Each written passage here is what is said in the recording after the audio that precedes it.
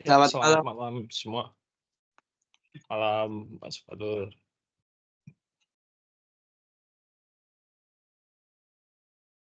Bentar ya, saya lagi setup dulu nih laptop sebentar. Oke, Beb, siap. Udah sampai rumah apa, Beb? Udah, udah jam 6 tadi. Macet apa, Beb?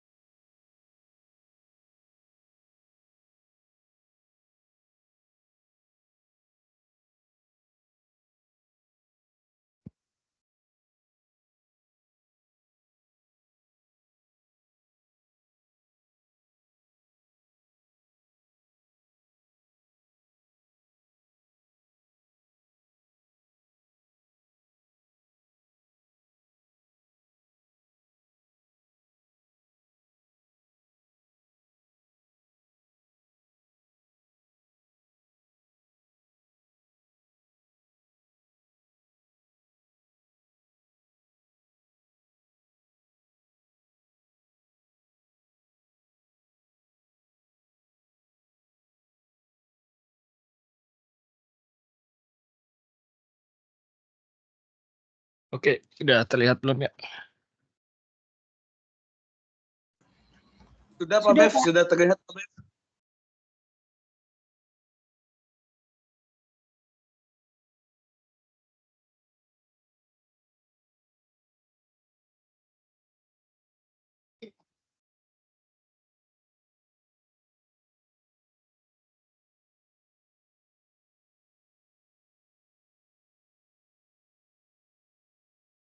Iya, oke, minggu ini eh, topiknya mengenai seismic attribute ya, sama inversion ya. Paling introduction aja ya karena mungkin apa eh, inversion juga banyak sekali apa ya, banyak sekali eh, jenis dan apanya dan metodenya. Jadi mungkin kita lebih membahas mengenai pengenalannya aja ya, perkenalannya aja. Saya masukkan sini ke dalam atribut juga karena ya, apa ya, secara definisi sebenarnya masih termasuk atribut atau turunan dari seismik itulah ya. Terus juga. Oke, apakah yang sebenarnya apa yang dimaksud atribut seismik gitu ya? Biasanya turunan dari dat atau quantity yang diturunkan dari data seismik gitu ya.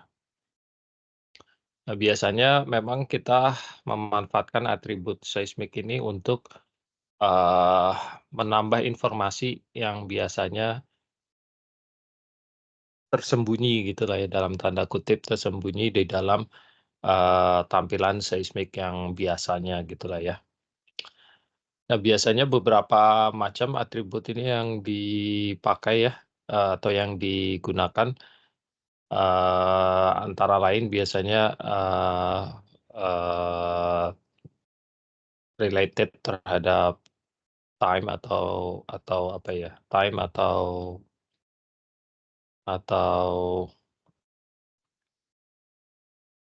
koherensi dari antar event gitu ya. Bisa juga diturunkan dari amplitude, komponen amplitude-nya, frekuensinya maupun, yang lain gitu ya, ataupun kombinasi dari beberapa atribut ini gitu. Dan biasanya diukur atribut ini diturunkan dari pengukuran dari single trace. Jadi apa, jadi trace by trace ataupun, eee, across multiple trace. Jadi lebih dari satu trace atau multi trace gitu ya, dalam suatu window gitu.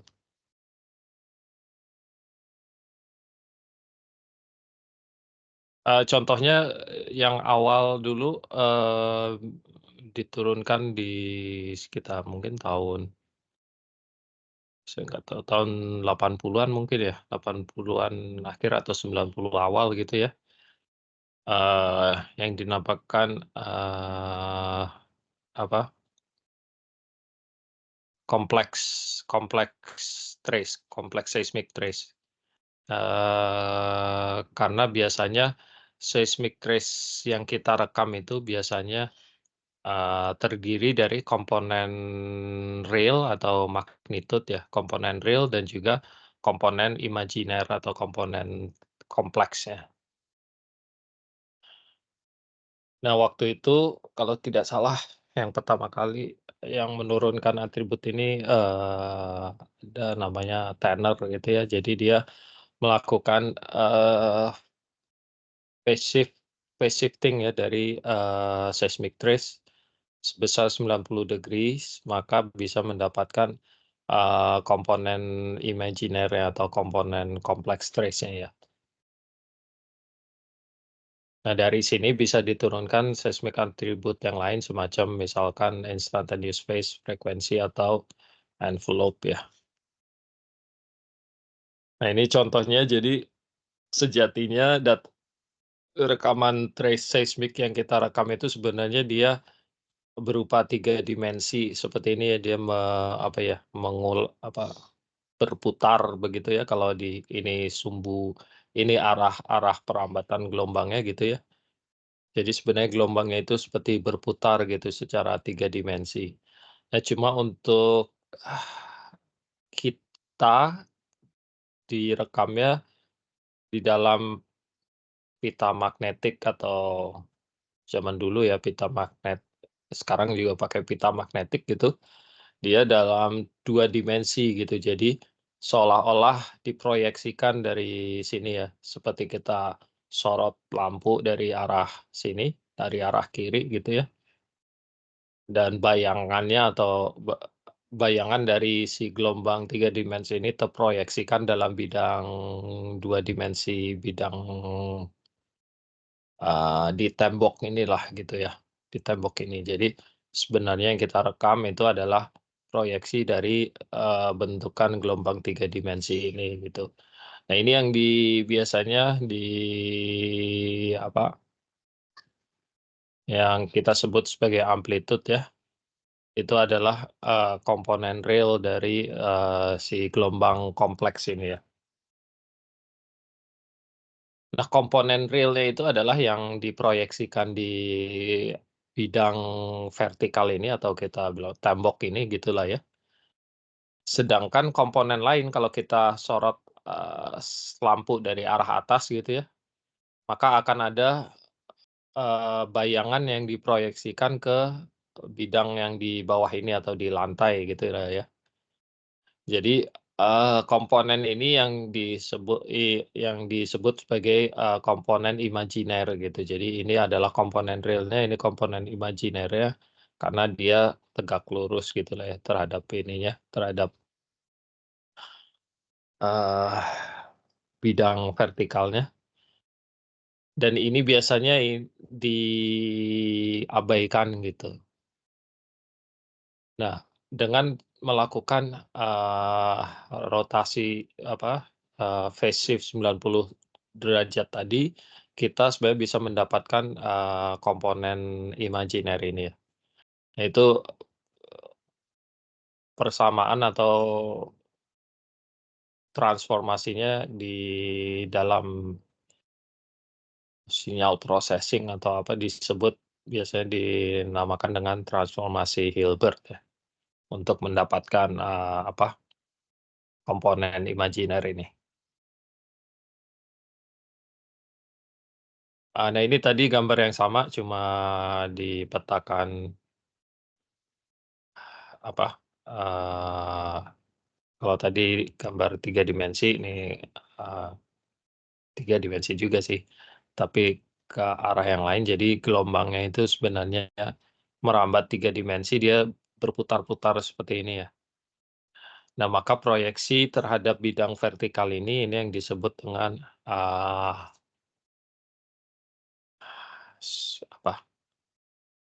sudut sudut sudut apa namanya ya, sudut di sini pi gitu ya, pi, sedangkan proyeksi di bidang terhadap bidang horizontalnya ini kita sebut, apa, panjangnya ini adalah A gitu. Jadi panjang ini atau magnitude-nya kan, A A A fungsi T, maka besaran amplitudenya itu adalah, akar dari X, ini kan ini kan segitiga Pitagoras gitu ya, karena ini kalau kita kita apa, kita gambarkan gitu. Jadi maka panjang A adalah, akar dari X kuadrat ditambah Y kuadrat gitu ya. Ini yang disebut dengan instantaneous amplitude ya, atau amplitude envelope gitu, atau biasa juga disebut, apa, reflection strength gitu ya kalau di software. Nah, kemudian kalau instantaneous phase bisa diturunkan, jadi kita menghitung sudut, V-nya ini, maka instantaneous phase adalah, eee, arcus tangan dari, Y dibagi dengan X gitu ya. Sedangkan instantaneous frekuensi itu adalah turunan dari, instantaneous phase. Jadi makanya turunan phi I terhadap dt gitu ya. Nah ini Izinnya Pak ya Bev terkait yang gimana? apa sudut tadi itu berarti sudut azimutnya Pak ya? Yang ini, yang Ah, yang kayaknya sudut ini. itu sama nggak ya Pak Bev kalau misalkan kayak di seismik pasif kayak buat nentuin arah gempa gitu ya Pak Bev? Arah gempa, Kalau di seismik pasif eee, karena dia kayak yang mewakili apa ya sudut gelombang seismik yang cepet datang ke stasiun pengamat gitu Pak Bev. iya, arahnya mungkin bisa jadi ya. Kalau arah itu apa ya, vokal mekanisme bukan arah ya? Dia Iya, iya kayak persebaran gitu ya berarti Pak Bev, kayak vokal mekanisme ya Pak Bev. iya Oh, iya baik. semacam itulah, bisa jadi. Karena kan fase ini berhubungan dengan apa ya, dengan jarak ya, dengan iya, dengan jarak. Jadi ada komponen arahnya lah. Oh, baik. Berarti Hmm. mungkin ini juga Kalau yang yang ini kan magnitude ya, yang instantaneous amplitude. betul Pak Bev, dia magnitude. Iya Oh, berarti ini juga yang mungkin bisa jadi alasan kenapa si instantaneous phase ini bagus buat iya sesar atau geological structure mungkin ya Pak Bev. Kalau di iya Iya, betul. Oke, baik. Terima kasih Pak Bev. Oke.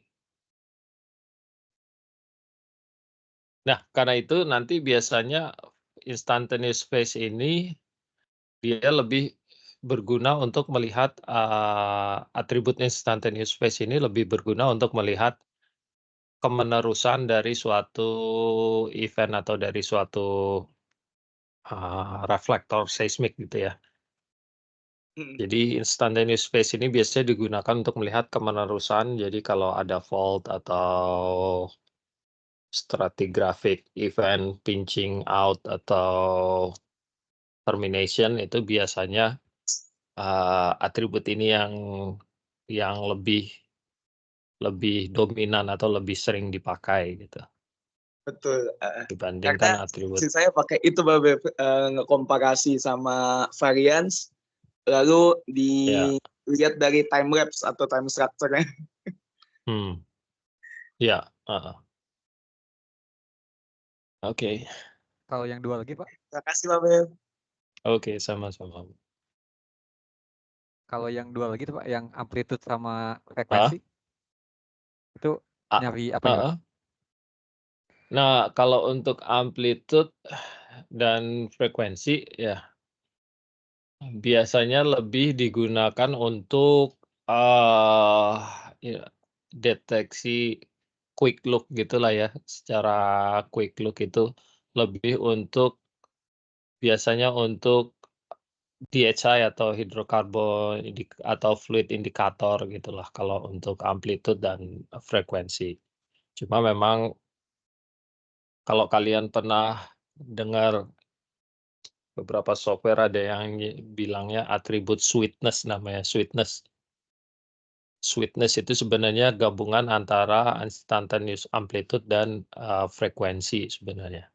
Jadi biasanya kalau ada hidrokarbon nanti oh bukan di yang sini, mungkin nanti di yang, apa, pertemuan berikutnya.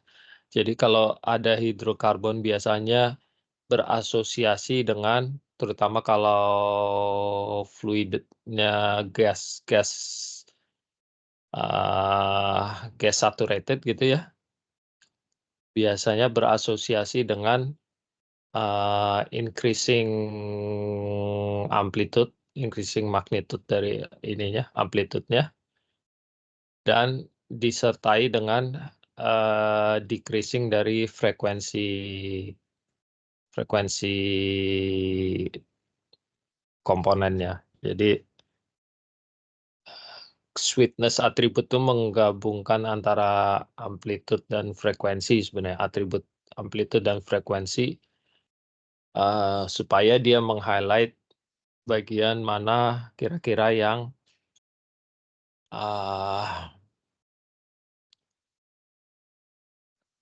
bagian mana yang kira-kira terisi oleh hidrokarbon gitu. Secara Berarti ini quick Pak, look lah ya. syaratnya itu Tentu aja ya. syaratnya datanya harus preserve berarti Pak? Oh iya, harus seismiknya harus harus inilah, harus diolah secara preserve amplitude biasanya. Ya, biasanya itu yang dipakai untuk screening awal atau quick look. Izin Baik Pak Pak. Bev, Mhm. itu penyebabnya tadi si sweetness itu kan dari frekuensi itu karena gas itu lebih ngedispersi frekuensi yang lebih tinggi nggak sih Pak Bev dari cairan atau kebalik atau yang lebih rendah, saya lupa Pak Bev. Iya, jadi beberapa riset atau ada publikasi memang mengasosiasikan, kalau zona hidrokarbon itu umumnya biasanya ada yang namanya low frequency anomali gitu ya, low frequency trend gitu. Jadi, mungkin dari rock physics-nya ada hubungan antara antara karena memang gelombang kalau melalui fluid fluid terutama gas gitulah ya, dia kan pasti ada perubahan velocity ya. Velocity berarti secara tidak langsung kan berubah terhadap, amplitude lah ya. Namun selain itu juga bisa jadi ada efek terhadap frekuensi juga gitu. Jadi ada beberapa memang melihat adanya suatu korelasi di mana kalau ada zona hidrokarbon terutama gas gitu, mereka melihat adanya suatu low frequency trend atau low frequency anomali gitulah ya, yang berkaitan dengan, hidrokarbon tersebut gitu. Nah, makanya beberapa atribut yang highlight frekuensi ataupun amplitude biasanya dimanfaatkan gitu untuk apa, untuk hal tersebut gitu. Di sini. Baik, terima kasih ya Pak Bev. Mhm. Jadi terutama di bagian di bawah dari akumulasi hidrokarbonnya ya. Jadi dia belum tentu pas di itunya, tapi di area bawah dari akumulasinya biasanya ter terkena efek inilah, atenuasi baik amplitude maupun frekuensi terutama high frekuensinya ya. Itu biasanya akan teratenuasi.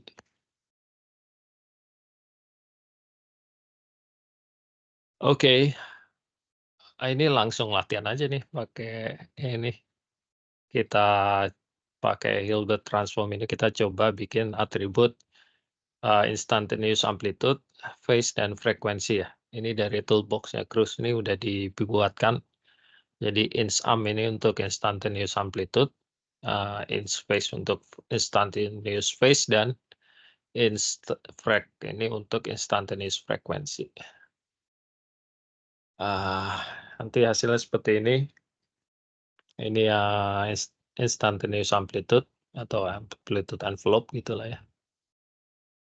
Ini yang phase dan yang frekuensi. Jadi tadi seperti saya sampaikan kalau phase lebih untuk melihat, discontinuity dari event atau reflektor sini. Jadi kalau kita punya fault itu lebih kayak sini mungkin ada fault lebih terlihat lebih mudah dilihat gitulah ya di phase dibandingkan yang atribut yang lain. Ini kita coba latihan aja, ini yang 6A berarti ya.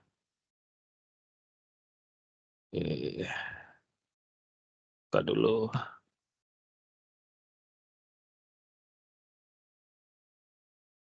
Ini kebetulan saya punya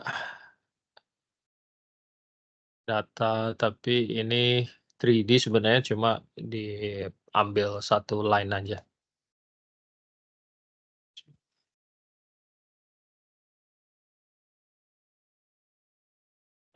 Gimana nggak jadi.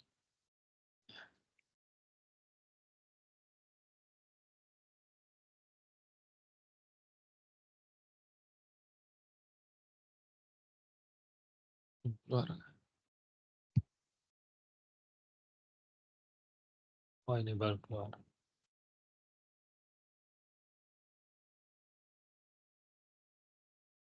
Oke, ini ada dua nih. Ya.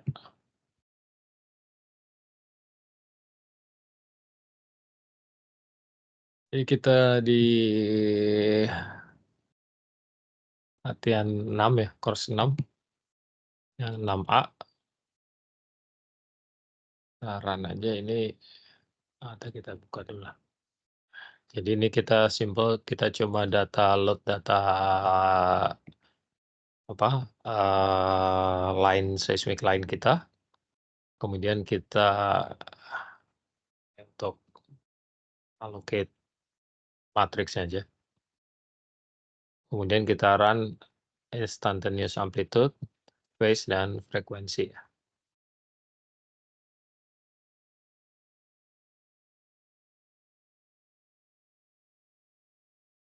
Jadi Kita harusnya ada 3. Oh, ada error. Hilbert function belongs to signal package. Oh, ini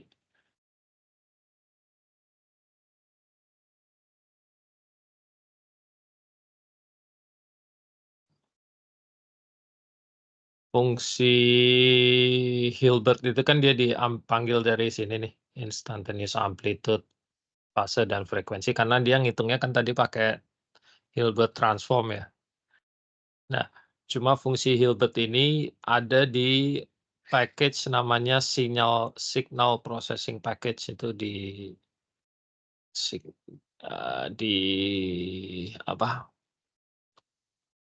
Secara default dia nggak di-load sih. Jadi kalau kita buka ini, jadi package tambahan extra package itu secara default nggak di-load sama Octave-nya. Jadi sudah di-install tapi nggak di-load gitu. Jadi kita harus load dulu paket signal package-nya ini supaya dia bisa pakai Hilbert function ini. Jadi di sini kita tambahkan aja ini di bawah clear ini, di baris ini tambahkan PKG load signal ya. Maksudnya ini package load signal. Jadi akan di-load signal package-nya supaya kita bisa pakai Hilbert function itu. Ini kita save, kita run aja lagi. Nah, baru keluar. Jadi ini yang frekuensi tadi, fase, dan ini amplitude. Ini kalau kita lihat ada beberapa strong amplitude ya, tapi saya nggak tahu apa asosiasinya. Mungkin juga nggak ada asosiasi tertentu. Tapi kalau di sini kita lihat, di sini seperti ada discontinuity gitu ya di bagian sebelah kiri dari section gitu. Jadi kemungkinan ada fault sini. Dan kalau kita lihat di instantaneous frekuensi, warna merah ini kan sekitar berapa nih, 60-70 Hz gitulah ya. Kuning sebenarnya dari 40 sampai 60 gitulah ya. Jadi di bagian atas seismik kita ini dominan frekuensi bisa ada yang 40 bahkan beberapa sampai 70 mungkin yang merah-merah ini. Jadi frekuensi dominan kita di atas 1,5 second to wait time itu mostly kuning ke orange gitu ya, sekitar 40 atau 50 Hz gitu. Tapi 1,5 ke bawah ini udah dominannya biru ke hijau gitu ya. Biru itu kan di sekitar di 10 sampai 20, mungkin 30 yang paling tinggi. Jadi di bawah 1,5 ini mungkin frekuensi udah drop sampai kurang dari 30 gitu. Mungkin sekitar 20 sampai 10. Ya.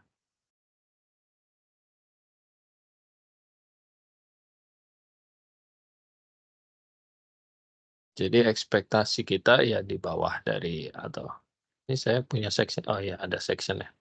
Jadi ini sectionnya seperti ini gitu. Jadi di bawah sini kayaknya udah di bawah 1,5 frekuensi udah lebih drop. Dan kalau kita lihat di seismik dia nggak begitu jelas ya, nggak begitu kelihatan informasi-informasi itu tadi. Beberapa strong amplitude di sini ya kita juga nggak tahu apakah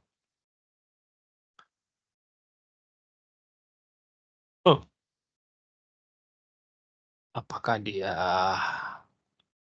litologi atau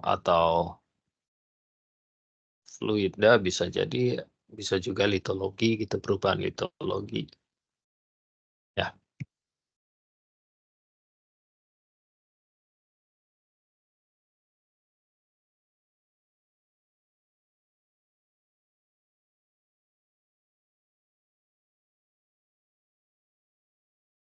Oke. Ada yang mau tanyakan sejauh ini? Oh enggak, kita lanjut lagi. Nah, ini case study aja ya. Jadi ini peta atribut sweetness ya namanya. Jadi kan tadi sempat saya singgung mengenai sweetness atribut ya.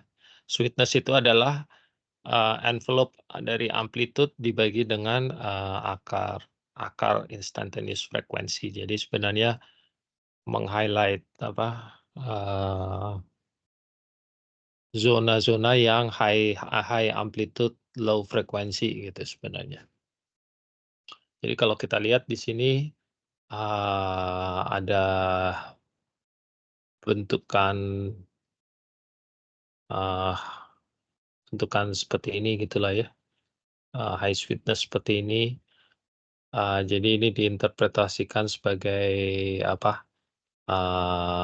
delta plane gitu, di mana ini yang garis merah ini adalah batas shoreline ya, garis pantai, present day, garis pantai. Di sini ada bentuk-bentukan channel gitu diinterpretasikan sebagai channel dari tidal channel ya gitu ya.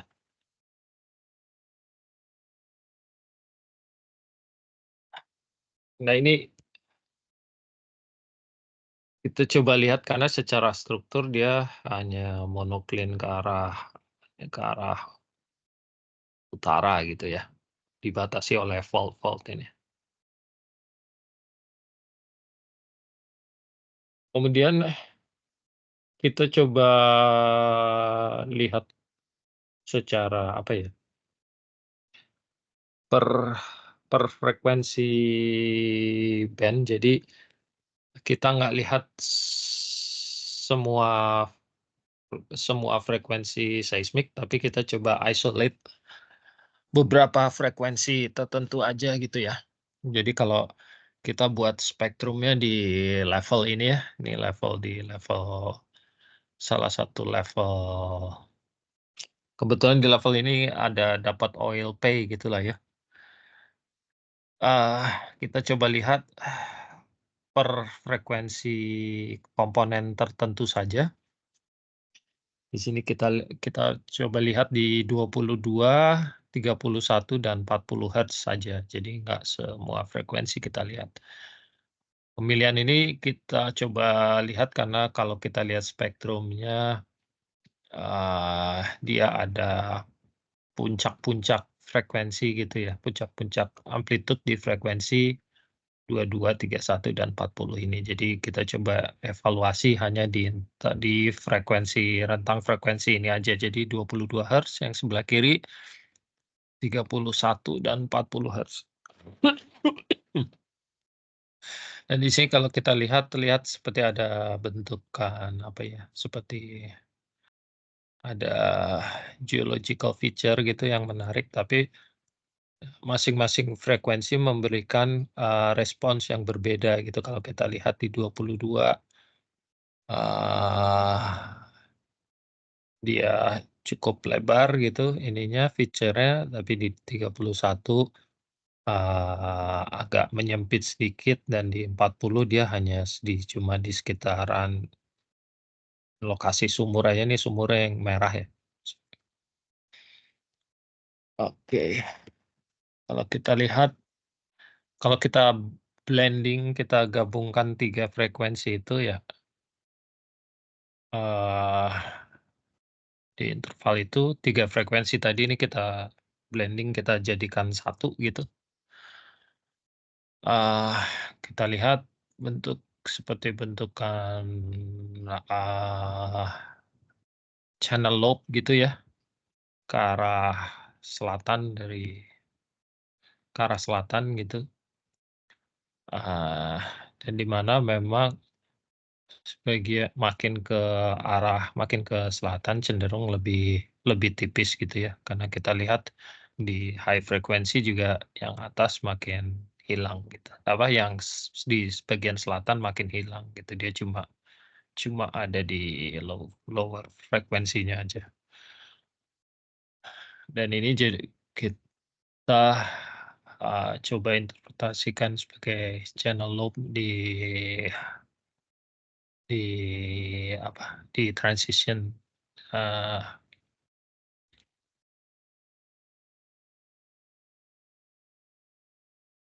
Ya, intinya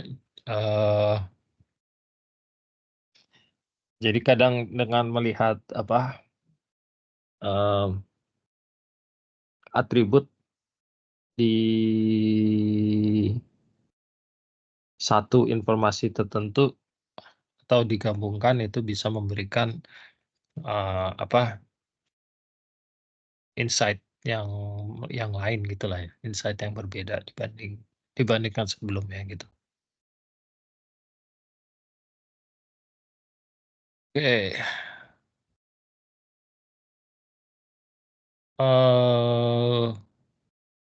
Ya, sekarang kita coba pengenalan sedikit mengenai seismic inversion ya, atau inversi seismik. Sebenarnya dia adalah metode untuk menghasilkan model subsurface gitu ya, yang bisa menggambarkan, menjelaskan data hasil pengukuran sebenarnya. Jadi dari inversion ini tujuannya sebenarnya adalah untuk mengestimate rock physics properties, di mana nanti tujuan akhirnya adalah untuk mengestimate reservoir properties sebenarnya. Karena dari data seismik itu biasanya bisa didapatkan informasi atau atribut elastic properties gitulah ya. Elastic properties ini nanti hasil akhirnya diharapkan bisa menjadi reservoir properties gitu. Kalau datanya adequate gitu ya.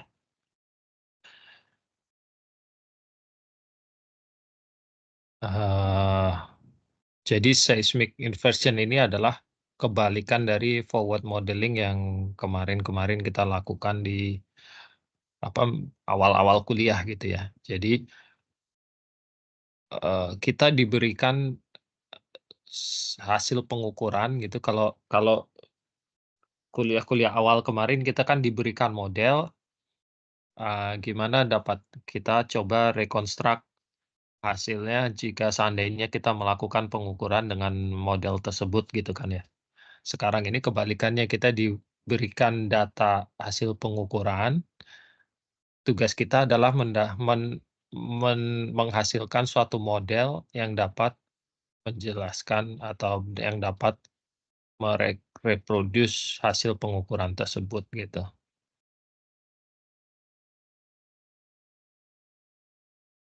Nah, di sini problemnya tidak semudah pada saat modeling ya. Kalau forward modeling kita kan tahu modelnya. Jadi parameter-parameter lain kita tahu, kita bisa buat responsnya gitu ya. Nah, sekarang kita dikasih responsnya, kita suruh menebak atau suruh mendapatkan model yang menghasilkan respons itu gitu. Problemnya, karena ini adalah metode inversi atau metode inverse, problemnya bisa jadi aja inverse-nya itu tidak ada gitu ya.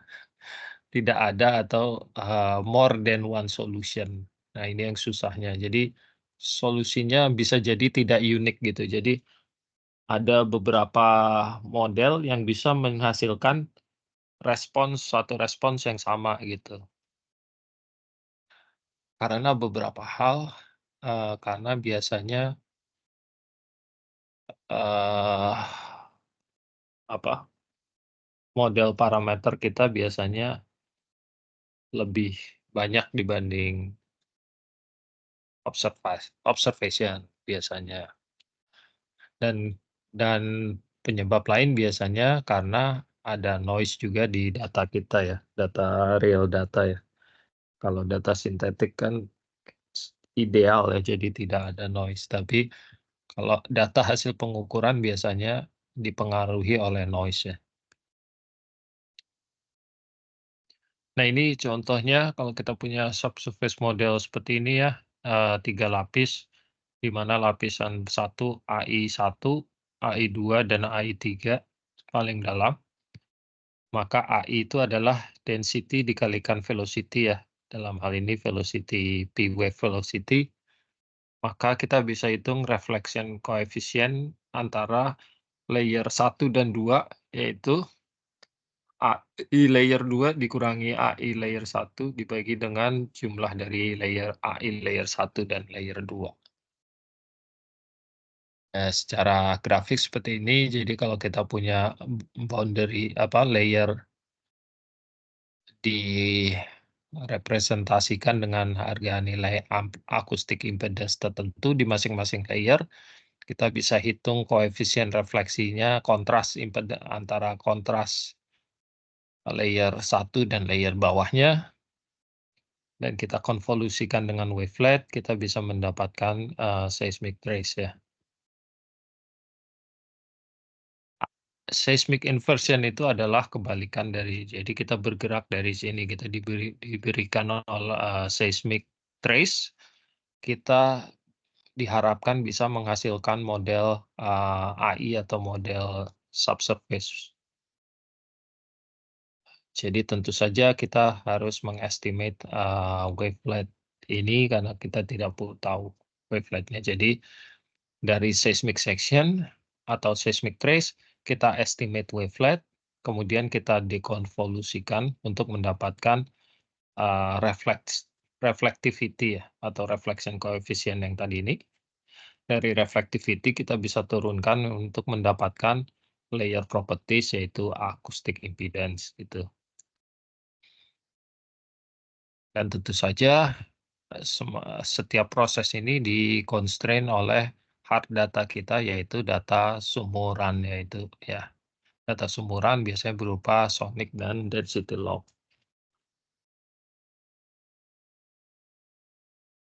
Nah, kelebihan dari seismic inversion, dia bisa menghasilkan layer information gitu. Jadi instead of boundary information seperti koefisien refleksi atau amplitude saja, kita bisa mendapatkan layer information seperti AI atau density atau VPVS dan sebagainya ya. Kemudian dia juga remove atau meminimize efek dari wavelet ya, seperti side lobe dan juga tuning, efek tuning.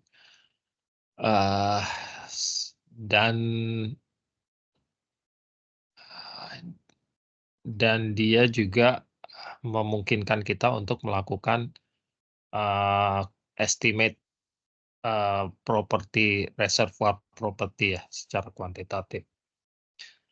Nah ini outputnya biasanya berupa AI ya, kalau kita lakukan post-stack ya, kita outputnya berupa AI atau EI, elastic impedance, tergantung offset stack apa yang kita gunakan. Nah ini untuk mendapatkan hasil investasi yang reliable gitu, kuncinya ada di well tie dan wavelet estimation gitu sebenarnya ya. Karena wavelet yang diekstrak nanti digunakan untuk remove wavelet efeknya. Jadi kuncinya kita perlu well tie yang baik dan juga wavelet estimation yang cukup baik. Kemudian data preparation untuk pembuatan low frequency model terutama ya. Jadi kita perlu interpretation yang baik, yang interpretation horizon yang cukup baik. Dan kita perlu log yang sudah di-condition biasanya. Maksudnya sudah dikoreksi untuk efek-efek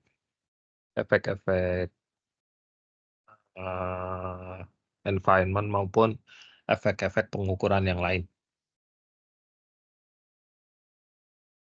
Dan biasanya dari beberapa well yang digunakan biasanya ada 1 atau lebih sumur yang kita gunakan sebagai blind test ya, atau sebagai cross validation. Jadi dia tidak dipakai untuk pembuatan model, tapi dia digunakan sebagai cross check hasil dari, inversion itu sendiri.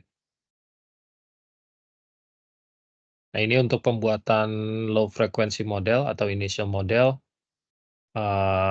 biasanya secara tradisional dia dibuat dari data sumuran ya, data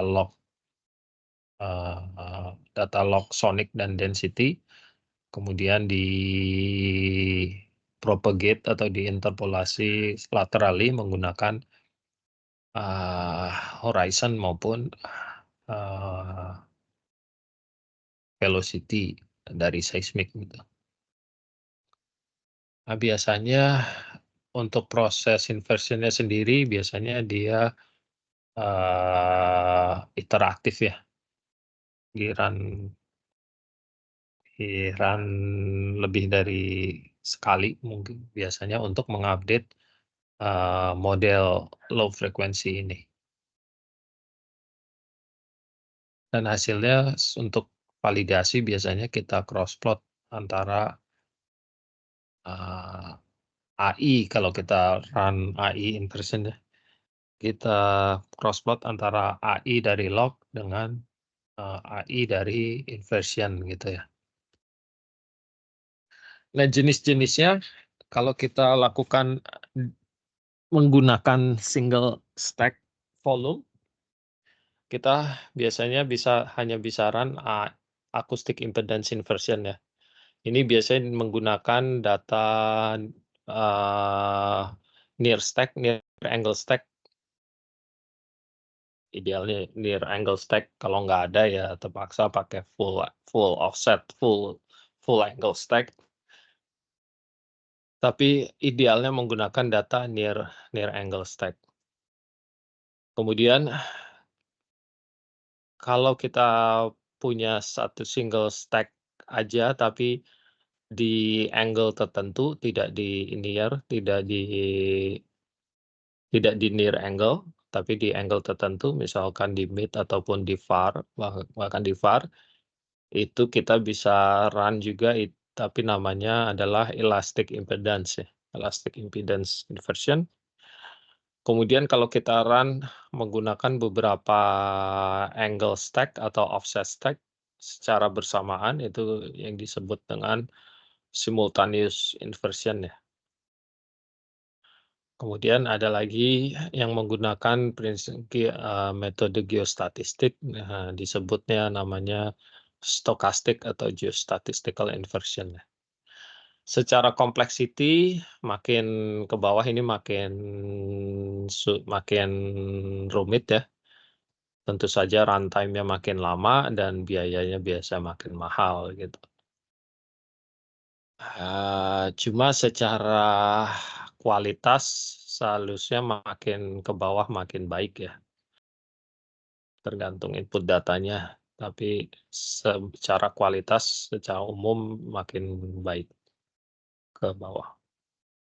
Nah ini jenis inversion apa yang perlu kita lakukan itu tergantung data kita juga sebenarnya. Jadi di sini kalau kita hanya memiliki near angle stack, maka kita bisa menggunakan AI inversion, namun sekali lagi kita harus validasi dengan data sumuran biasanya. Apakah memang AI bisa kita gunakan untuk, membedakan litologi maupun fluid gitu ya.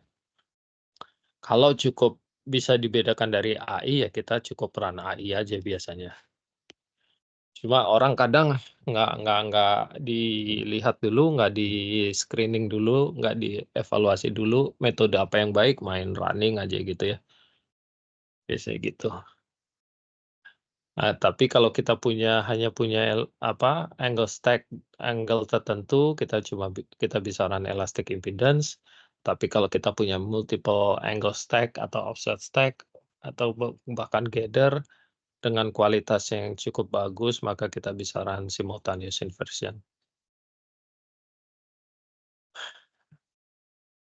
Nah, ini contohnya, jadi sebelum kita run inversion sebenarnya kita perlu cek visibility untuk inversion itu sendiri ya.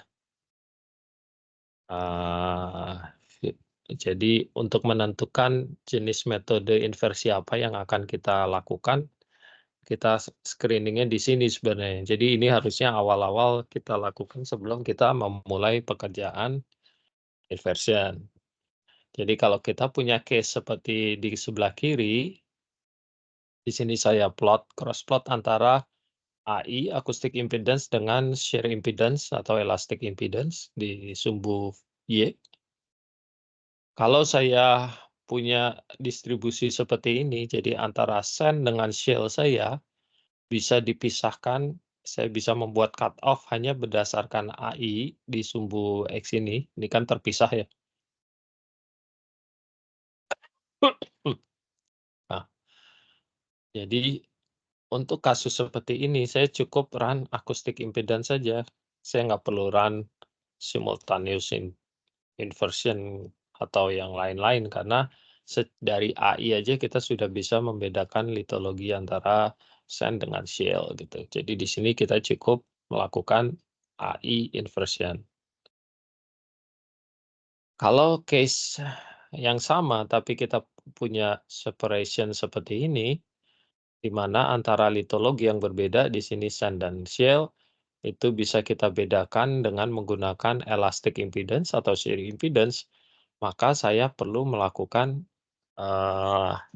elastic impedance inversion ya, yang ini. Di sini percuma kita melakukan AI inversion karena overlap antara send dengan shell cukup lebar gitu kan kalau di AI. Jadi kita perlu melakukan EI inversion, elastic impedance.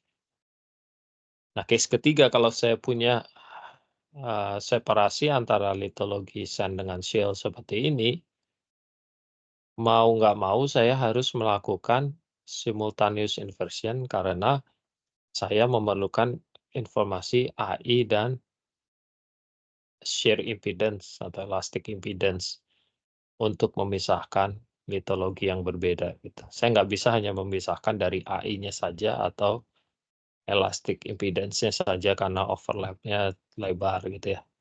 Terlalu banyak overlap. Nah, jadi ini sebenarnya harus dilakukan sebelum kita melakukan seismic inversion, yaitu untuk menentukan metode inversi apa yang akan kita pakai.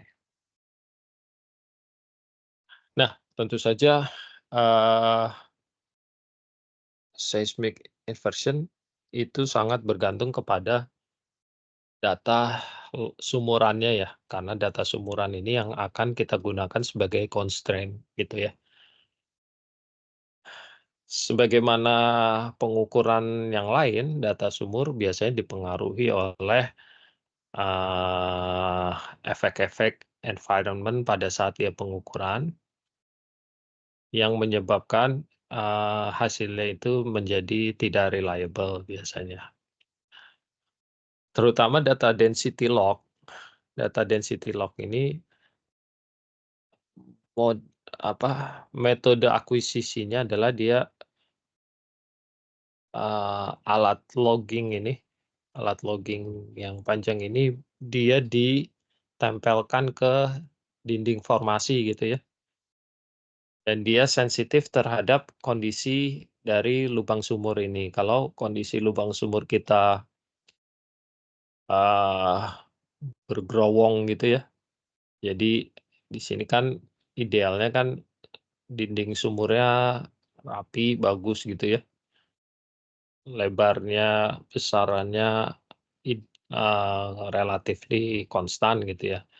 Tapi kalau ada runtuhan atau ada gerowong di dindingnya, maka density log kita tidak akan membaca density dari formasi, tapi mendeteksi density gerowongnya itu ya. Jadi terutama data set density dia sensitif terhadap kondisi lubang sumur gitu. Jadi kita perlu cek dengan data tambahan lain, misalkan data kaliper Kalau di sini kita lihat kalipernya berbeda atau ada defleksi gitu ya, kita bisa curiga pembacaan data density-nya tidak akurat dan ini perlu kita koreksi gitu ya.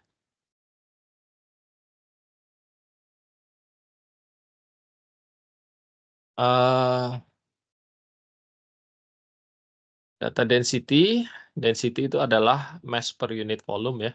Jadi massa batuan dibagi total volume ya. Kalau kita mengukur bulk density, berarti dia fungsi dari komposisi mineralnya, porositas, dan juga density dari fluid di dalam pori batuan. Jadi di sini porosity adalah ruang pori dibagi dengan total volume. Nah, bulk density sendiri itu adalah 1 dikurangi porosity dikalikan density dari matriks batuannya ditambah dengan porosity dikalikan density dari fluid itu. Karena bulk density fungsi dari mineral composition dan juga density dari fluida di pori.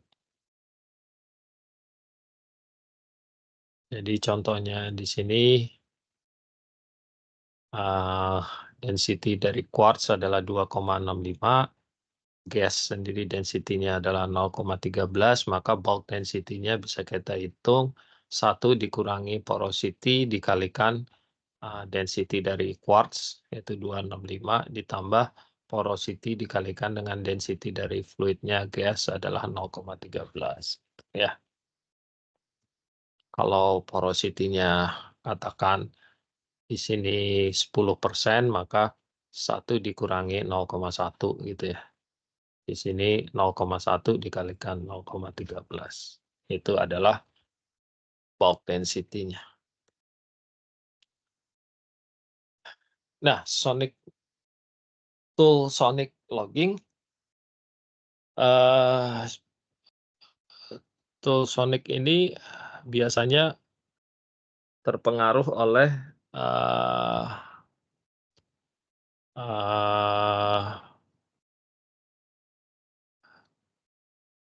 tube wave ya atau gelombang yang merambat di dinding formasi di dalam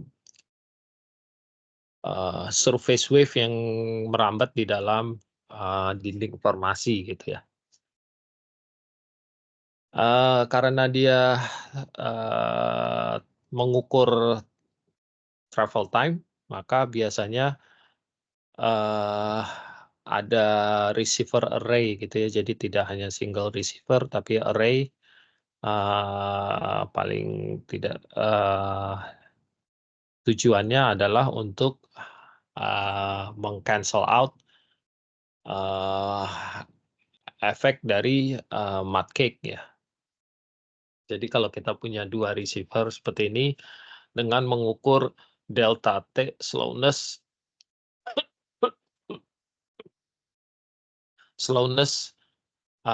travel time dari A ke B ke C.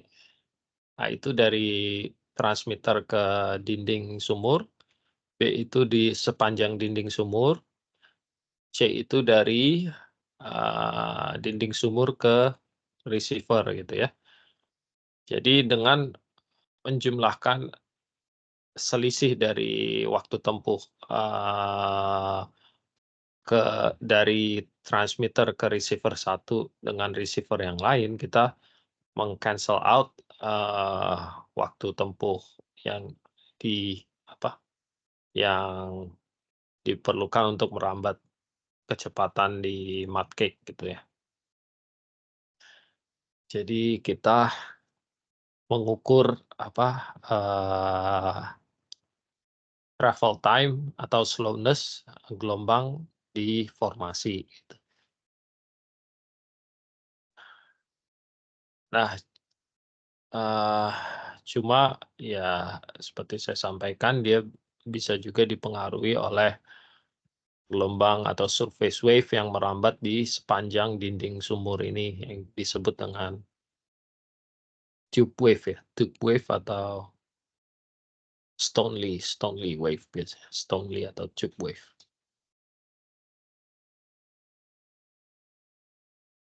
Nah, ini untuk sonic logging beberapa nilai yang umum didapatkan. Untuk litologi tertentu biasanya limestone itu sekitar 40-an, antara 40 dan hingga 50 microsecond per feet. Diubah ke dalam velocity itu sekitar 20 ribuan feet per second ya. 20 ribuan berarti sekitar 6.000 7.000 meter per second.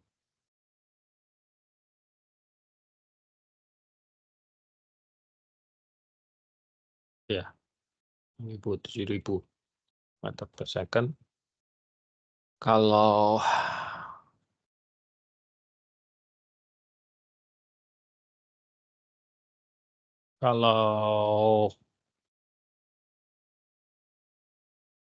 kalau casing itu khas ya. Jadi kalau kita mendapatkan travel time 57 microsecond per feet, ini kita bisa curiga itu casing measurement ya. Jadi dia mengukur velocity casing sebenarnya.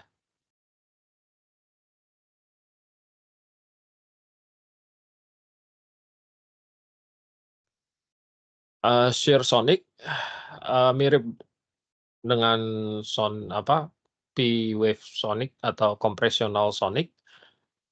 Cuma memang bedanya untuk shear wave sonic ini biasanya dia dipengaruhi oleh problem centralized tool ya, decentralized tool. Idealnya kalau kita punya borehole, kita lihat dari atas, maka sonic tool itu idealnya dia di center atau di tengah dari borehole gitu ya, dimasukkannya. Cuma kondisi tidak ideal dia bisa merapat ke salah satu dinding, tidak center, dan itu bisa menyebabkan poor estimate dari shear sonic. Beberapa common value untuk shear sonic ini lebih slower daripada compressional sonic karena bedanya karena sonic shear velocity atau shear sonic ini mengukur velocity matrix, maka untuk fluid dia biasanya 0 ya, tidak merambat di fluid ya. Karena dia hanya mengukur matriks dari batuannya.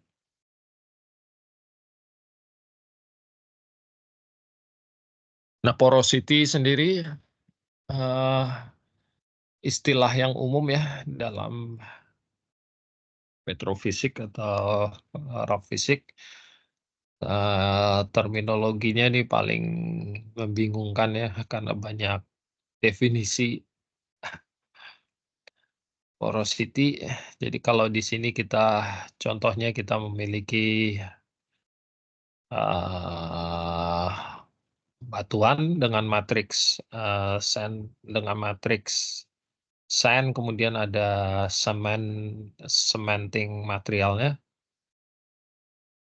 Maka kalau kita memiliki effective porosity atau interconnected porosity 25% gitu ya. Tapi kita memiliki isolated porosity atau non-effective porosity sebesar 5%, maka secara total porosity kita sebenarnya punya 30%. Namun sekali lagi yang isolated ini agak sulit ya karena memang tidak interconnected dengan pori yang lain gitu. Jadi biasanya kalau ada fluid di sini atau apa, ya kalau ada fluid di sini ya dia tidak bisa diproduksikan karena tidak interconnected dengan pori-pori yang lain gitu.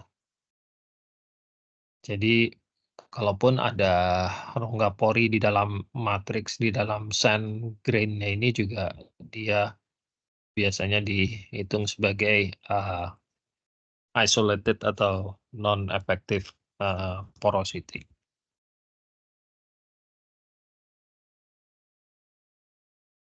Beberapa yang mempengaruhi porosity yaitu kualitas dari borehole, dinding sumur seperti biasa.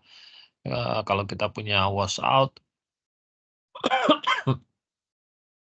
faktor lain yang bisa mempengaruhi kalau kita punya hidrokarbon ya, terutama gas dan juga matriks batuan juga mempengaruhi pembacaan porosity dan mineral, terutama ini mineral-mineral yang eksotis ya, misalnya pirit, siderite, atau sulfur, biasanya bisa mempengaruhi pembacaan porosity. Porosity-nya biasa kalau biasanya jadi lebih tight pembacaannya. Izin tanya Pak Bev. Yep. Maaf Pak Bev. Berarti kalau misalkan dipakai inversi yang si stokastik tadi dan juga perhitungan kuantitatif si well itu tetap bisa dikorelasikan ya Pak Bev? Dikorelasikan dengan Atau justru porosity gitu. untuk ngebangun sebuah basin modeling yang proper gitu Pak Bev? Oh, ini Nah itu gimana Pak Bev? bisa aja sih. Cuma kan basin model biasanya perlu porosity.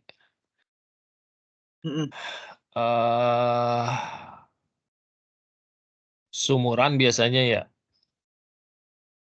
Kalau iya, kalau dari sini dari inversi bisa aja tapi paling untuk tren aja ya. Karena kan kalau basin modeling kan porosity-nya perlu data sumur kan cukup detail ya secara vertikal ya. Kalau dari sini mungkin nggak sedetail itu, mungkin dia paling tren aja ya. Oh baik. Bisa Berarti tren sumur, kalaupun juga mungkin iya, ataupun sumur yang nggak ada data porosity ya mungkin bisa didapatkan trennya, terutama trennya dari inilah. Oh baik. Karena based on geostatistik tadi Pak Bev ya bisa jadi preference gitu berarti Pak Bev. Karena sebenarnya kan elastic properties ya, elastic properties paling kan density, velocity, porosity itu kan lebih ke reservoir properties ya, tapi dia sebenarnya bisa diturunkan sih karena kan ada hubungannya biasanya ya. Jadi sebenarnya tujuan kita kan porosity untuk properti biasanya yang kita mau ya porosity, saturasi gitu kan ya, atau visual gitu. Jadi biasanya 3 itu sih yang kita berusaha modelkan dari seismik atau dari inversion. Jadi tujuan akhir sebenarnya kita mau mendapatkan model porosity, saturasi, SW, dan juga visual atau litologi. Nah, masalahnya biasanya dari seismic inversion kan produknya adalah elastic properties nih, either AI atau VPVS atau density gitu kan ya. Nah itu nanti untuk mendapatkan jadi reservoir properties-nya ada lagi step yang harus dilakukan. Gitu. Oh, baik. Berarti lebih ke trennya tadi bisa untuk either explore atau develop ya Pak Bev di lokal yang sama. Betul, iya. Asal kita Oh, baik. udah dapatkan reservoir propertinya ya. Terima Biasanya kasih kan Pak yang Bev. kita mau itu ya, reservoir Iya, property ya. iya Karena betul Pak kalau Bev. elastic property kan yang tahu paling cuma geofisisnya aja. Reservoir engineer bingung kan dikasih VP, VS apaan ya.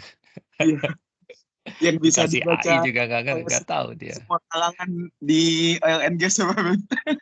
Iya, yang bisa menghubungkan antara geologi, geofisis, dan RI kan sebenarnya properti reservoir itu ya either porosity, saturasi, atau shale, shale, volume shale. Oke, terima kasih banyak Pak Bev. Ya, oke, sama-sama. Nah ini jadi dengan apa karakter seperti ini kita bisa memanfaatkan kombinasikan density dengan porosity biasanya untuk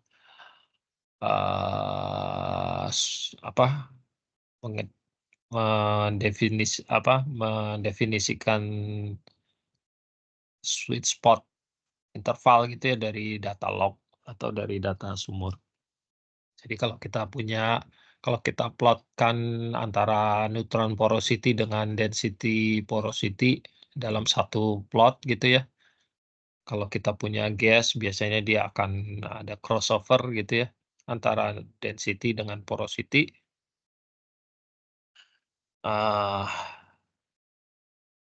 Kalau dia oil biasanya berdekatan aja atau ciuman aja nih antara density dengan porosity gitu ya. Tapi kalau di shale atau di water dia cukup merapat tapi nggak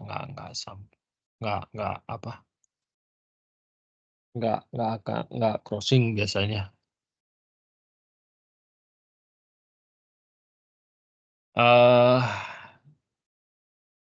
Nah ini contohnya kalau kita sudah QC data log-nya, kita baru bisa run crossplot ya untuk menentukan jenis inversion apa yang akan kita lakukan.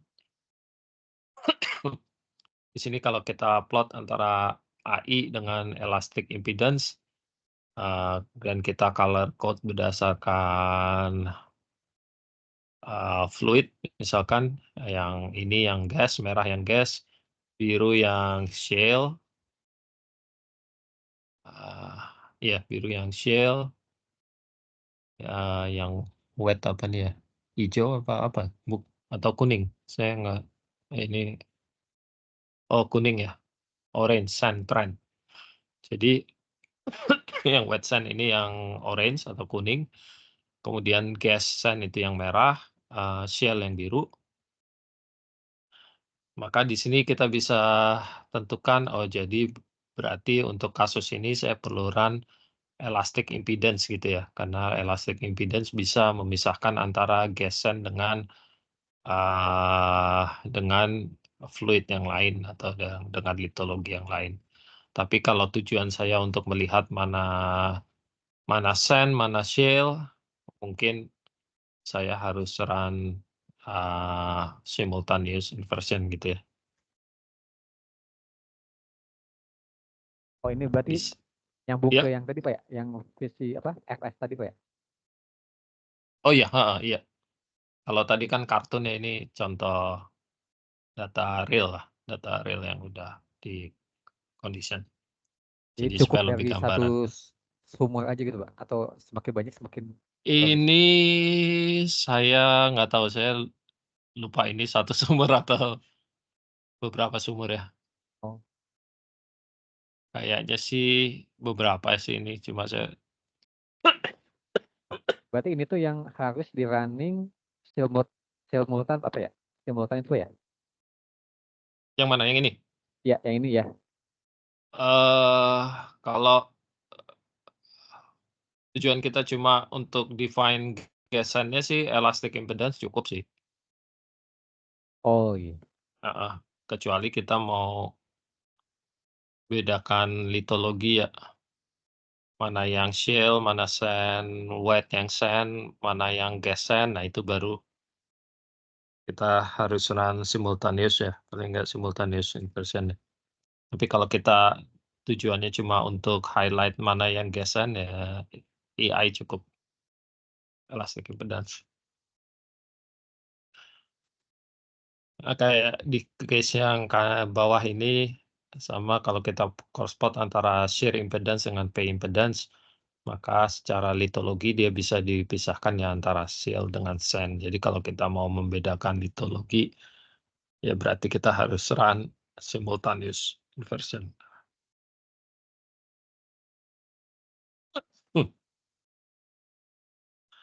Oke, ini contoh inversion yang ada di salah satu software ya, yang umum, ARS lah ya. Band limited ini menggunakan simple approach untuk menurunkan AI dari data ya, impedance dari data. Ini biasanya di-combine di frekuensi domain antara data seismik, integrated data seismik dengan sumur, kemudian di inverse Fourier transform ya, untuk mendapatkan estimate impedance. Contohnya seperti ini nih untuk band limited ya. Ini metodenya namanya band limited inversion ya kalau di apa ya? ARS. Nah, ini kalau saya punya log AI seperti ini depth ya, depth atau time, two-way time. Jadi saya punya log AI seperti ini, saya remove depth trend-nya. Jadi depth trend-nya saya buang, saya mendapatkan log AI ini yang udah di trend, yang udah dibuang trend. Kalau ini kemudian saya lakukan Fourier transform, yang dari C ini saya lakukan Fourier transform, saya dapatkan frekuensi spektrumnya seperti ini. Kemudian spektrum frekuensi ini saya lakukan low pass filter ya, atau high cut filter. Saya dapatkan yang F ini ya. F ini adalah spektrum yang D hanya diambil di low frekuensinya aja. Gitu ya. Nah, sekarang low frekuensi ini yang di F ini saya tambahkan dengan spektrum frekuensi dari seismik saya. Jadi data seismik saya Fourier transform juga, hasilnya seperti ini. Ini low frekuensi yang dari log tadi saya tambahkan ke dalam frekuensi seismik saya dengan suatu scaling gitulah ya, kalau perlu dengan scaling. Hasilnya adalah seperti ini. Frekuensinya ya, ini masih dalam domain frekuensi. Kemudian di C ini, spektrum yang di C saya inverse Fourier transform, mendapatkan yang di D. D ini adalah hasil estimasi AI dari seismik. Tapi ingat tadi kita take out depth trend-nya atau linearnya, sekarang kita tambahkan lagi. Kita masukkan kembali depth trend yang kita take out di awal tadi, kita kembalikan lagi, kita dapatnya adalah estimate AI dari seismik yang udah dimasukkan depth trend. Jadi ini adalah estimasi AI dari seismik ya. Kalau asli AI-nya kan seperti ini. Nah, ini yang namanya band limited impedance. Jadi kalau saya buat, jadi saya punya AI dari log yang biru, kemudian AI yang saya estimate dari seismik yang warna merah. Ini adalah ini. Nah, kemudian ada yang namanya model based inversion. Model based inversion ini ada kita perlu initial model atau low frequency model dengan cara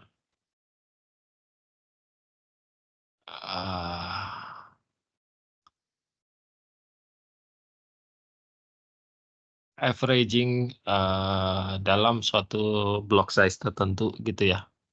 Kemudian kita ubah menjadi reflectivity dan kita konvolusikan dengan estimated wavelet untuk mendapatkan synthetic trace. Kemudian synthetic trace ini kita subtraction terhadap real seismicnya untuk dapatkan error. Kemudian dari error ini kita update model initial model kita untuk meminimize errornya ya. Nah, ini kita lakukan iterasi berkali-kali hingga akhirnya nanti dapat solusi yang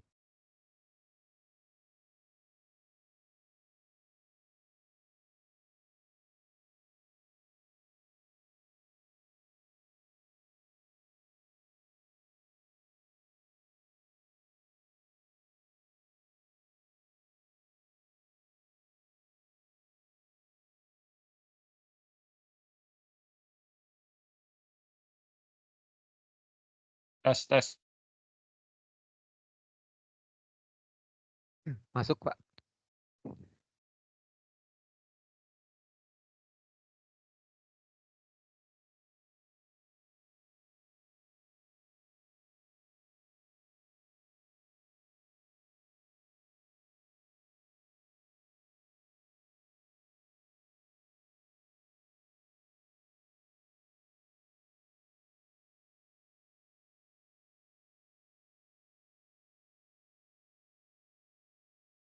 Tes, halo? Iya, ada, Pak. Ya, oke. Tadi putus ya. Ini ada yang resign. Gimana, Mas Fadlur Rahman? Ada yang mau tanya? Itu dari tadi ini, Pak, belum Oh, diturunin yang ya. tadi. Oke. Oke, jadi saya lanjut lagi ya. Tadi putus, sebelum putus di mana ya?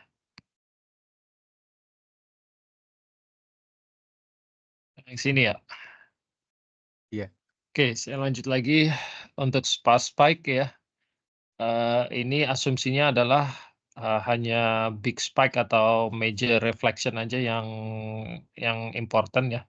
Jadi metode ini dia berusaha meng-locate major reflection.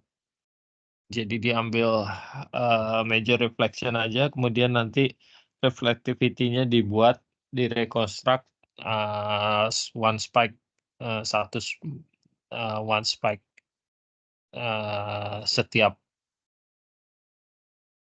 setiap langkah gitu. Kemudian masih ditambahkan terus hingga akhirnya dimodelkan trace-nya secara akurat gitu ya. Ini ada dua metode dua teknik yang dipakai yang biasanya namanya linear programming atau juga maximum likelihood.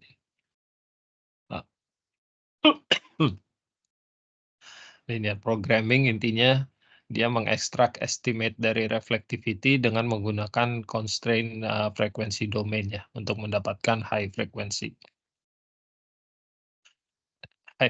dari spektrum. Kemudian reflectivity-nya kemudian diintegrasi dari initial model yang akhirnya nanti dia membentuk sparse reflectivity yang match terhadap match terhadap seismic trace-nya. Jadi di sini kalau kita punya model log seperti ini yang hitam, kemudian model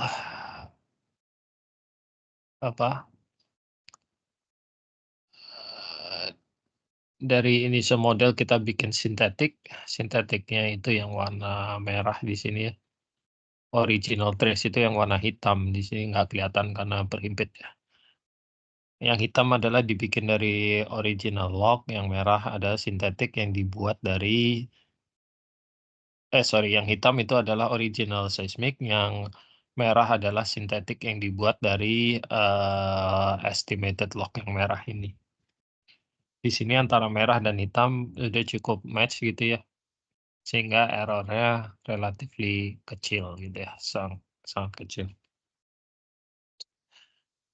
Kalau maksimum likelihood berarti reflectivity-nya ini diperturbasi atau di-update gitu ya, menggunakan model initial model, kemudian reflectivity-nya diestimasi dengan menambahkan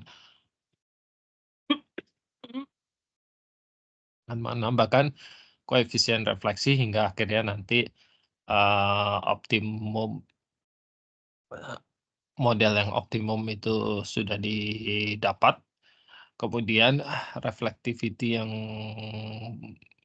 yang estimate reflectivity kemudian diperturbasi hingga model sintetik antara yang dihitung dari estimated log dengan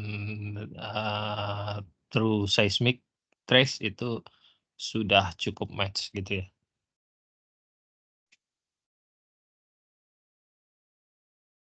Nah, kalau neural net beda lagi, dia ini menggunakan mathematical algorithm ya, yang menghubungkan antara dataset satu dengan dataset yang lain.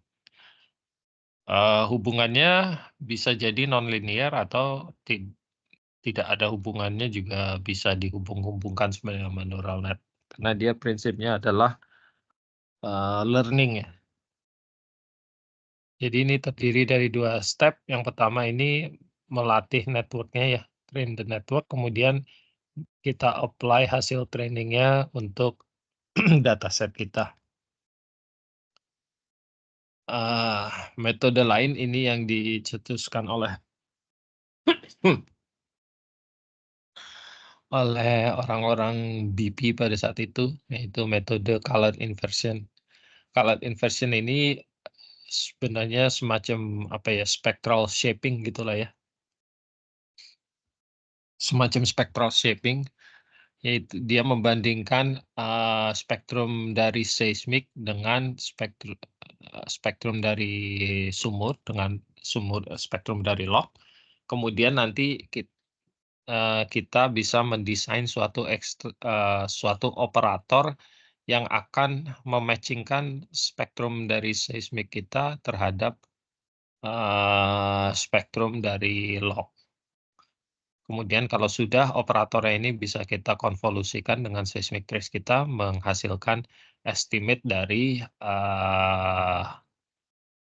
acoustic impedance equivalent. Tapi karena di sini tidak menggunakan data log secara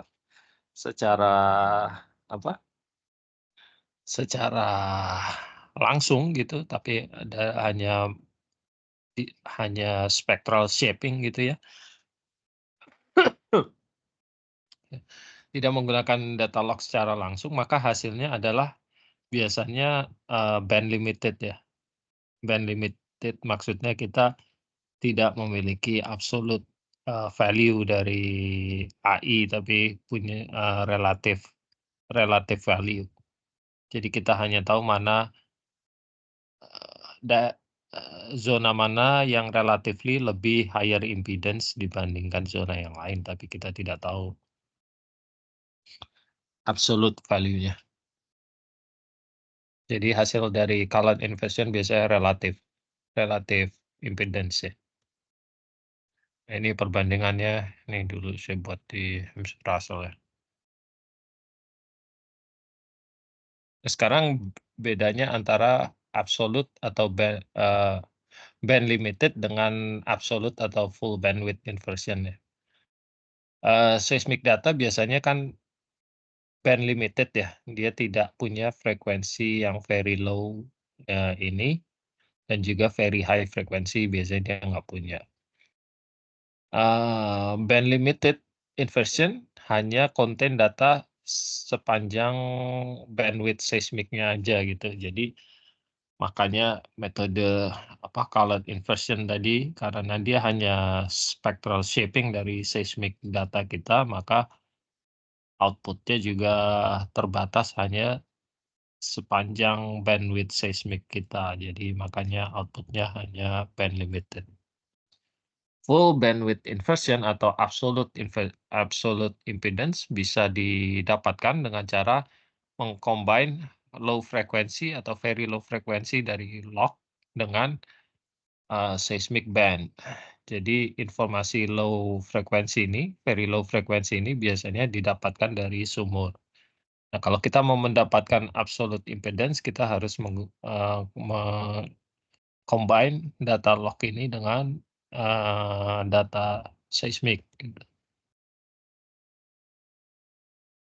Nah, problemnya dengan band limited data,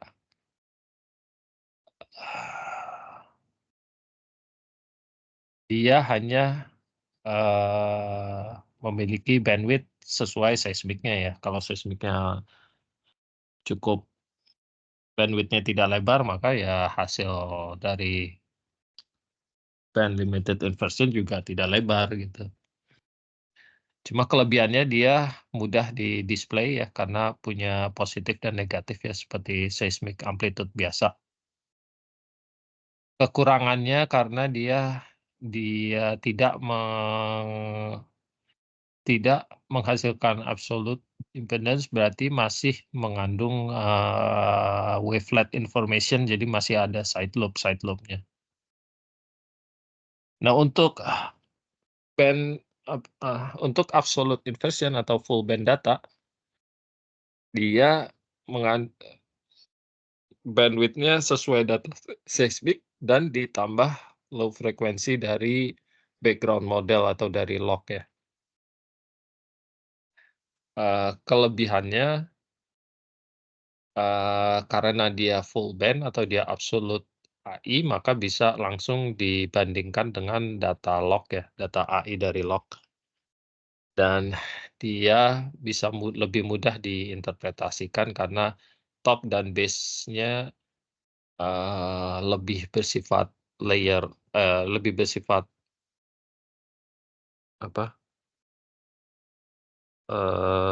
layer information instead of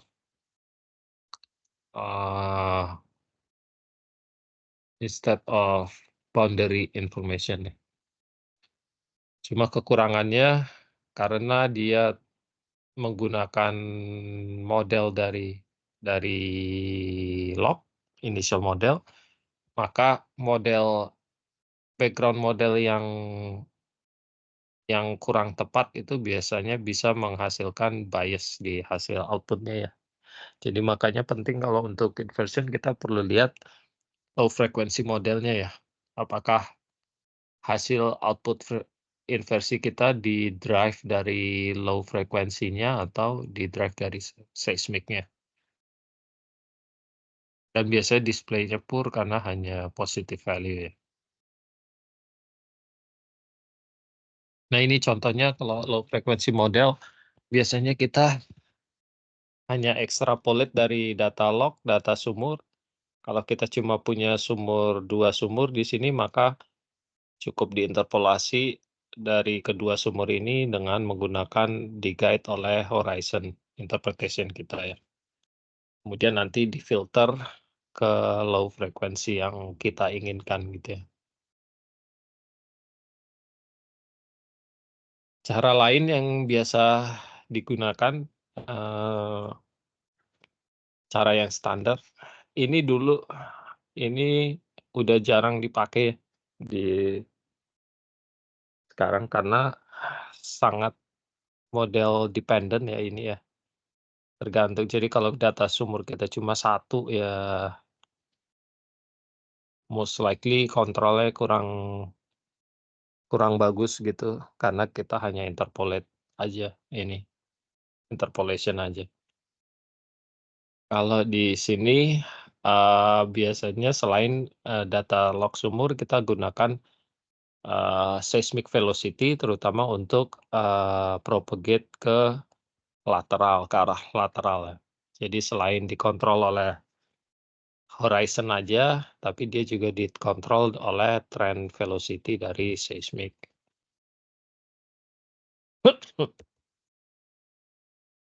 Model lain yang very simple model yaitu dengan menggunakan depth trend atau compaction trend. Jadi, kalau kita punya sumur kita hanya ambil, depth trend-nya aja, ini yang kita gunakan sebagai low frequency model ya. Hasilnya biasanya low frequency modelnya sangat simpel ya, dia hanya follow trend-nya saja. Jadi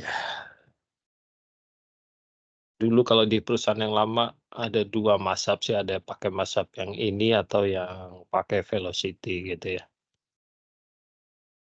Kelemahannya yang ini tentu saja kalau kita punya model geologi yang cukup kompleks, biasanya ini tidak capture model-model yang detail, jadi inversion-nya biasanya, eee, error-nya tidak sebaik yang inilah, yang metode yang ini, ataupun yang ini. Tapi karena ini very simple model ya. Tapi ini kelebihannya, karena dia very simple model, maka output inversion-nya mostly di-derive oleh seismiknya ya, tidak dipengaruhi oleh model. Nah, ini biasanya low frequency model atau initial model yang sangat detail, most likely akan introduce feature di inversion yang aslinya tidak ada di seismik gitu ya. Jadi kita perlu berhati-hati dalam pembuatan initial model ini, jangan sampai kita mengintroduce feature-feature yang sejatinya tidak ada di seismik gitu ya. Untuk kondisi ideal biasanya kita menggunakan low frequency model, tapi biasanya digunakan juga velocity seismik untuk, kontrol ke lateralnya ya. Ini best practice-nya menggunakan model yang paling sederhana ya, simple compaction trend biasanya bisa dipakai. Dan best practice-nya juga kita output 3 dataset ya, full band, yang band limited, dan juga low frequency modelnya kita output. Karena ini untuk keperluan QC ya biasanya ya. Ini latihan 6B ya, 6B kita coba bandingkan amplitude spektrum dari log sumur dengan seismic trace ya. Di sini kita coba analisa perbedaan bandwidth-nya, kemudian kita tentukan cut off untuk, inversion exercise di 6C-nya ya. Oke, jadi kita coba buka yang 6B. 6B ini kita jadi di sini saya punya jadi data penampang yang tadi ya, kebetulan penampang itu ada sumur yang melalui penampang itu,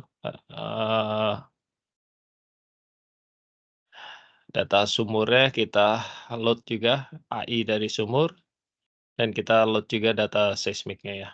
Kemudian kita plot, eee, ini lokasi sumurnya, di sini kita ekstrak trace yang di lokasi sumur, kemudian kita plot spektrum antara spektrum dari log dengan spektrum dari seismik ya. Simpel aja, kita run aja. Nah, ini hasilnya sebagai berikut. Ini spektrum dari log ya, ini impedance log.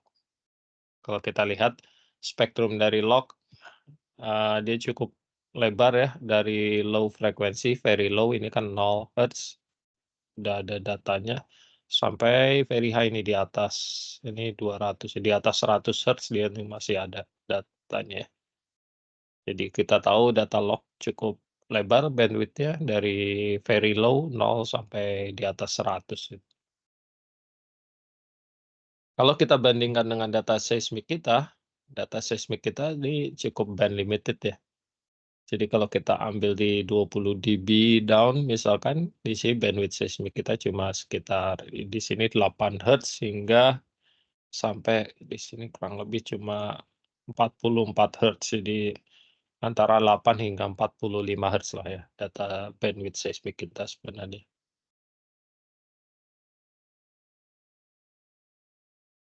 Nah, ini perbandingannya, jadi seismik kita tidak punya informasi dari 0 sampai 8 Hz intinya, atau 0 atau 7 Hz, 7 atau 8 Hz.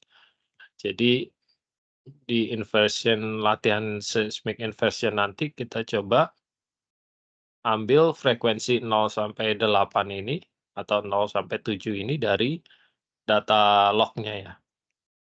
Itu adalah yang latihan 6C ya. Jadi di sini kita tentukan, di sini saya ambil 6 Hz malah nih ya di latihan. Jadi kita pakai 6C, latihan 6C. Jadi kalau kalian sudah tentukan frekuensi cut off-nya, masukkan di sini ya. Ini 6 saya malah pakainya. Jadi di sini ya kurang dari 7, malah 6 di sini ya. Ya 6,7 lah, 6 lah. Ya. Jadi di sini saya pakai 6 Hz cut off ya. Jadi frekuensi 0 sampai 6 Hz itu nanti akan difilter dari data log, kemudian digabungkan ke data seismik ini. Seperti prosedurnya seperti yang di slide ini tadi nih. Nah, yang ini ya. Seperti ini caranya. Jadi kita ambil 0 sampai 6 dari log, kemudian kita gabungkan ke seismiknya. Ya, itu yang 6C, latihan 6C. Latihan 6C ini jadi kalau kita coba run aja 6C ini.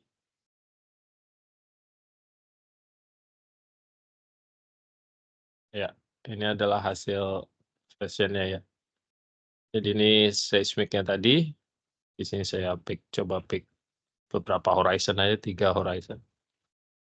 Ini seismik aslinya, dan ini adalah hasil inversionnya menggunakan cut off frekuensi tadi di 6 ya, 6 Hz.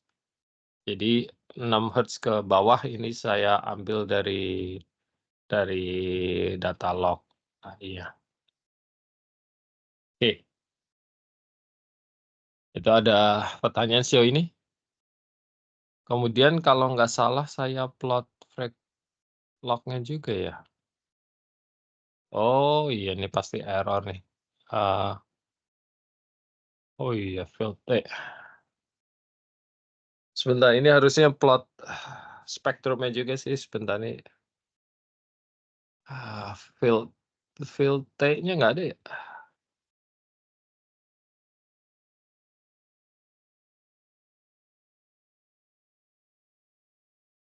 Ini apa ya? Kayaknya ini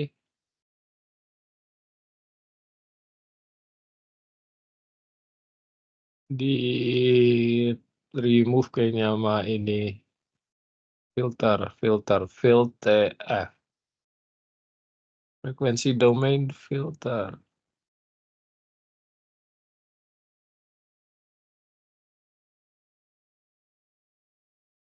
Field TF harus kayaknya ya. Yang field T-nya kayaknya di remove sama cross-nya ini. Jadi ini kita harusnya pakai ini, apply band fast filter to a trace field TF. Kita ganti aja ini ya. Jadi ini di bawah ini yang baris ke 60 ya. 59 dan 60. Ini kita ganti field TF nih, field F.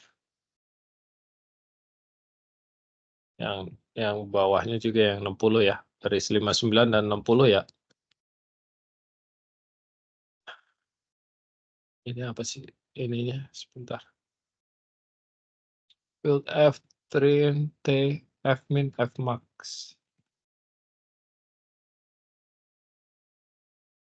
F min, F max,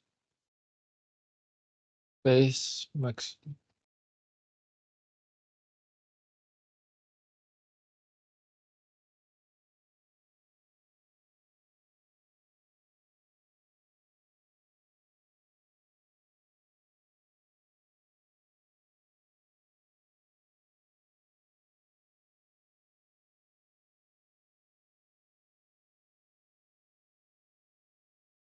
Ini saya kenapa nggak usah pakai ini?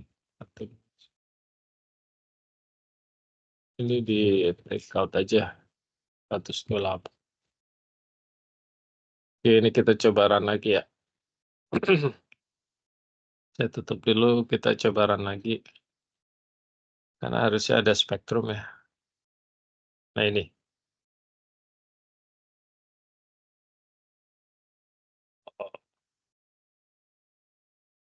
Oh, scale-nya beda ya.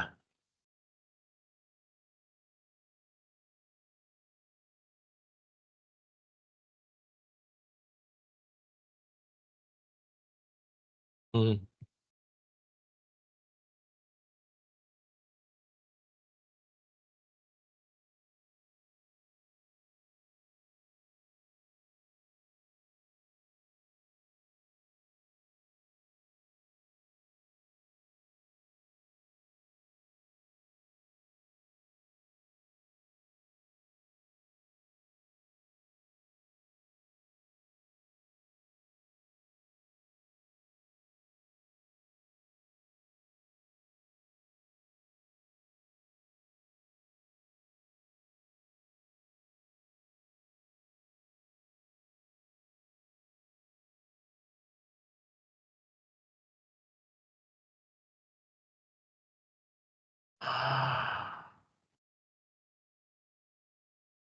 Ya, ini kita coba ini aja default semua coba.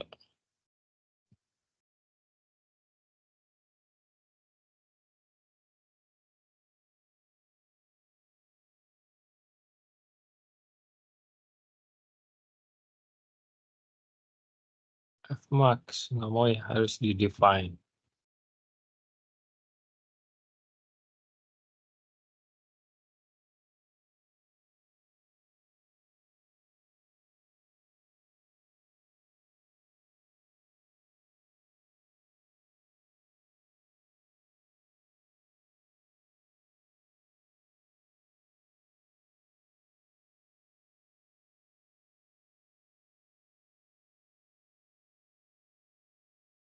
Oke, ya harus define.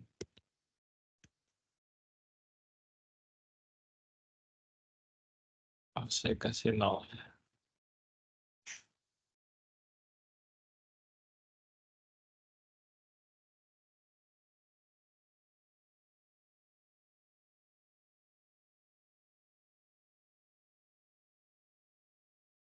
Oke, jadi di nolkan aja ya, Pak, minimumnya. Nah, jadi ini perbandingan AI dari seismik yang merah ya, dengan AI dari log yang biru. Sebenarnya nih nggak begini nih, harusnya gini, cuma karena difilter ini jadi begini ya. Jadi di sini terlihat, secara tren yang dari seismik udah ngikutin yang inilah ya, yang log-nya lah ya. Jadi ada 2 sumur sini, sumur yang satu ini yang S, ini yang X ya. Di sini juga, dan di sini cuma, agak nggak match di sini karena sebenarnya sumur ini yang X ini dia deviated ya. Jadi makanya yang di bawah agak nggak match. Trajektorinya dia agak deviated di bawah gitu. Oke. Ada pertanyaan sejauh ini yang mau tanyakan? Jadi ini ya, hasilnya ya kurang lebih ini ya. Kalian bisa coba-coba ganti cut off-nya, nanti coba dilihat apa efeknya di hasil hasil ininya ya, hasil inversion-nya ya. Nah, ini kalau saya coba run dengan commercial software HRS ya, waktu itu HRS, jadi secara overall,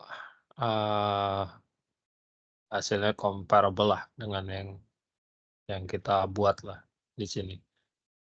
Kecuali color map-nya beda, saya nggak punya color map-nya ya, yang ini.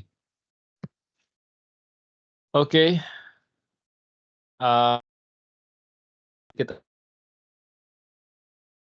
kalau kita run simultaneous inversion, berarti kan persamaan ini, dan akhiri charge ya dari persamaan Zoubridge ini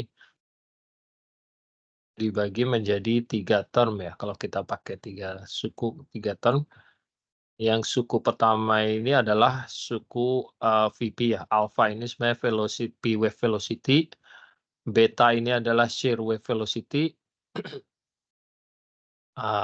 suku ketiga adalah density. Jadi, suku pertama itu adalah P wave reflectivity, suku kedua ini adalah shear wave reflectivity, yang suku ketiga adalah density ya.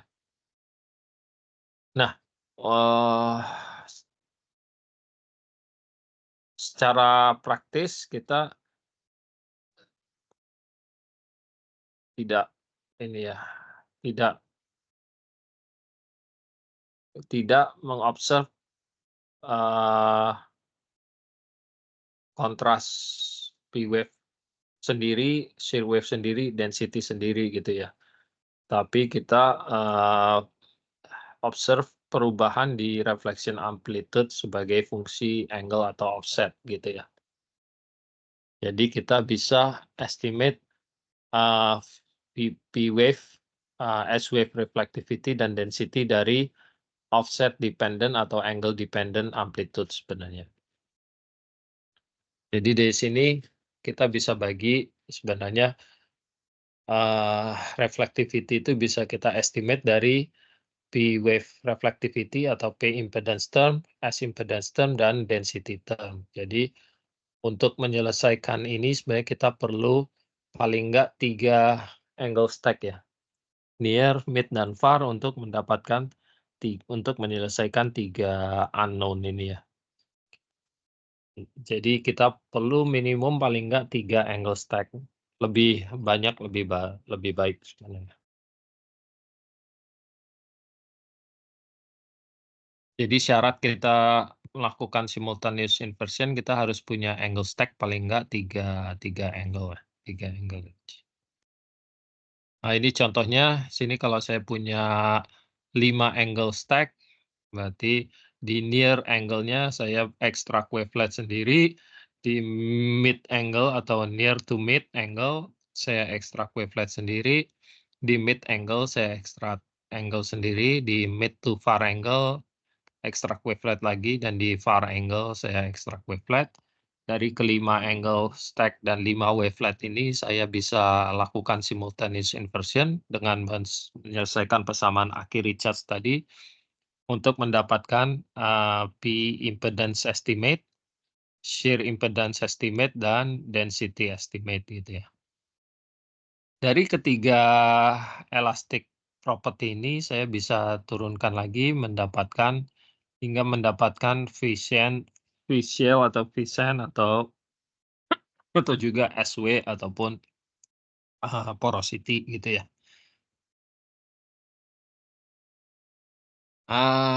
Problemnya density term biasanya didapatkan dari angle yang paling jauh ya. Cuma problemnya angle very far angle biasanya noisy, kemudian, hasil dari density result-nya biasanya tidak terlalu, reliable gitu ya.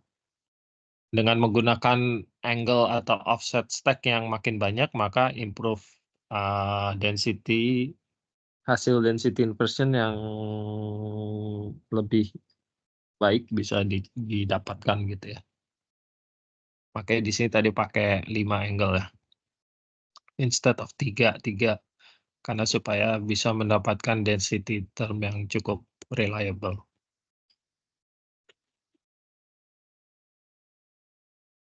Nah, ini contohnya ini case study dari Angola kalau nggak salah dari Angola. Jadi untuk ada sumur menembus channel sand gitu ya. Kita run inversionnya simultaneous, kemudian dari simultaneous itu kita turunkan menjadi reservoir properties volume of shale atau volume of kaolinite di sini. Volume of kaolinite, di mana kalau V shale di mana kalau V kaolinite atau V shale yang rendah jadi warna kuning, yang V kaolinite tinggi warna biru. Di sini terlihat channel sistemnya cukup terdefine dengan cukup baik gitu ya dari hasil inversi ya.